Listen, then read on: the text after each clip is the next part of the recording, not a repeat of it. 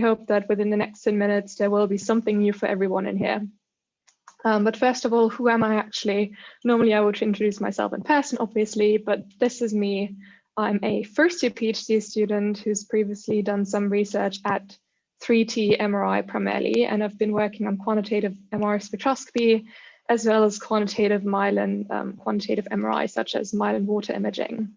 The techniques that I've developed, we primarily applied in diseases such as multiple sclerosis, spinal cord injury, and also pain research. But as you know, normally MRI is used for diagnostic imaging. So we do, for clinical imaging, we can look at various different contrasts, such as PD weighted images or T1 weighted images and T2 weighted images, which give us a rough idea of what's going on in the brain. And it's really good for clinical diagnoses and patient monitoring. However, we can also use MRI as a measuring tool, which we really like in research, right? And we generally call this quantitative MRI overall. So instead of just approximating how much water there is, we can actually measure the water content as well as the water relaxation properties or even its diffusion. The benefit of quantitative MRI is that it allows for quantitative cross-subject comparison as well as longitudinal research studies. But there's not just water that we can detect with MRI. There's actually also metabolites that we can look at with a technique called MR spectroscopy, which is what I'll be talking about in the next few minutes. With MR spectroscopy, we look at the different metabolite concentrations in the brain or somewhere in the body. And what you see here is a typical spectrum that you would acquire, for example, at 3 Tesla. And what is in a spectrum is shown here on my next slide. So a spectrum consists of a superposition of all of the individual metabolite spectra. So for example, we can look at NAA, a marker for neurons and oligodendrocytes. We can also look at glutamate, which we're normally really excited about. We can also look at choline, a marker for membrane turnover, as well as myoinositol, the glial cell marker, and also total creatine, a marker for energy storage. And I normally refrain from having any sort of equations on my slides. However, one of the key things I want you to remember is that the metabolite concentration is not proportional to the peak height, but it's actually proportional to the area underneath the curve, underneath the spectrum. So that's that's the most important thing that I think you should remember about spectroscopy. And that makes it a little bit more difficult because, as it turns out, many of the metabolites are actually overlapping. And if we then want to quantify our relative metabolite contributions and concentrations, this makes it really difficult since it's highly overlapping. One method how we can actually analyze and quantify our spectra is, for example, with this tool called LCModel. It's been around for a very long time, about 25 years at this point. It's very widely used, but highly debated, as it's a closed source program. And what you see here is a typical spectrum with the fit as being the red line. You can also look at the residuals. There are also a couple of quality metrics that the program gives you. And lastly, we can actually look at the relative metabolite concentrations. And as I just said, LCModel normally only gives us relative metabolite concentrations, which are really difficult to interpret. One of the standard markers we often look at is a creatine ratio. However, it's really ambiguous and it can mean different things if the ratio is changing. So a common approach in spectroscopy is to reference the metabolite concentrations to the estimated tissue water, but we are still making assumptions about the tissue water's properties. So which are obviously which can be changing in disease. So for my master's project, I developed a quantitative MRI technique that actually measures the water content as well as the water relaxation attenuation. And then we compared it to the standard quantification approach in MR spectroscopy.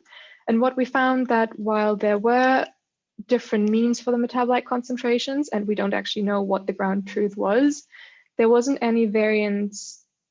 There was no difference in the variances between the different metabolite concentrations, which gave us great confidence to develop this technique further.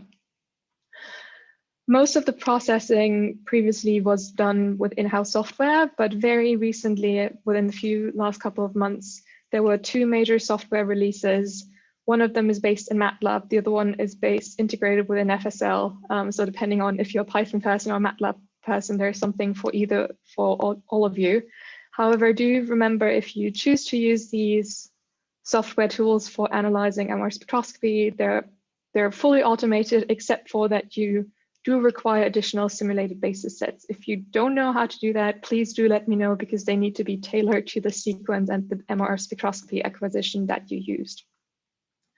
Well, this is really great. We're not fully happy with it because it still requires you to take the data offline of the scanner and then do the analysis afterwards. So we currently have really talented master students in our lab, who's actually working on implementing these steps of pre-processing, analysis, and quantification on our scanner's reconstruction system, so that in the future, we'll be able to go from the MRI acquisition directly to a process spectrum. I really do hope that I've whet your appetite a little bit about spectroscopy, and it's actually a great time to get into MR spectroscopy or imaging a little bit more, because very recently there's been this special issue in NMR and biomedicine, where the MRS experts of the world came together and wrote 13 consensus review articles where they provide a really, really good overview of the status quo of MRS, but also its current challenges and opportunities. So now that I'm here in Cambridge, which I'm really glad, I'm also moving to 70, which has a lot of benefits for spectroscopy, actually. So the spectrum that I've shown you previously is acquired at 3T, and we can look at a couple of metabolites, and with editing, maybe even more. However, once we move to 70, there's actually much more detail we can see, and that's to some extent because there's an increase in SNR that comes with the increased field strength. There's also a decrease in the line width, which then allows us to actually look at a couple of metabolites that we wouldn't be able to see otherwise, such as GABA, our inhibitory neurotransmitter, as well as glutamine. 70 also makes it much more feasible to use a technique called MR spectroscopic imaging, or MRSI, where we can see here in those metabolite maps that, for example, in a tumor cancer patient, the extent of the pathology actually goes beyond what you might be seeing on the traditional T1 weighted post-GAD image. So for example, here in glutamine as well in myoinositol, you can see that there's quite a bit more pathology beyond the edges of the tumor. However, MRSI, even at 70, is still really difficult because it requires quite long acquisition times. It still is low in SNR in comparison to any sort of sequence that detects water. And especially at 70, you're fighting a lot with field inhomogeneities.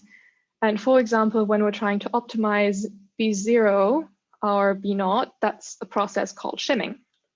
Shimming is really important because it improves and optimize our B0 homogeneity. And if we don't do it, it leads to signal dropouts in EPI. So shimming is important for fMRI, for diffusion weighted imaging, etc.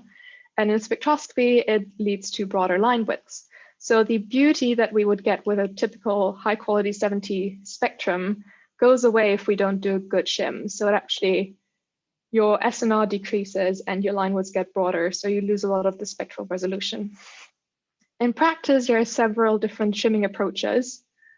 For example, there's the technique called projection-based shim, where you take a bunch of projections, normally 8 different projections, and then you fit the different shim orders that we have. However, the challenge with projection-based shimming, or FastMap as we call it on Siemens, is that it's constrained to only using second-order shim currents. However, if we use an image-based shim where we acquire a series of TE series of B0 maps and also collect the phase with it, we can actually look at the B0 map and do some optimization over it. The way it works in practice is and that's what I've been doing the last couple of weeks, you can use this tool called B0 Detox, where you basically acquire an image and you acquire a B0 map. You then decide where you would like to optimize your B0 field over. And what the tool does is it reduces the residual field distribution. So without any shim, it might look like this and have quite a large residual field distribution. But with the first order shim, it already decreases by a factor of almost 4.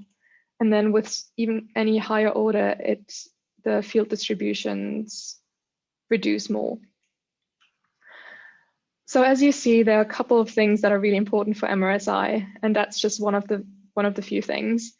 And as I've mentioned before, I'm a new addition to the WebEC, and I've just started my PhD. So there are a couple of things that you can do with MRSI, or try to improve theirs. You could try accelerating the sequence. You could improve your spectral resolution as well as your spatial resolution. All of these will contribute to a better MRSI sequence. But in order for me to develop a specific roadmap for my project, it actually would be really great if we could start a discussion, or if you could contact me, what kind of key factors would convince you to start using metabolic imaging in the future. And with that, I would like to thank my past and present funding partners, especially the trust that is allowing me to pursue my PhD research. And I'm able to take your questions.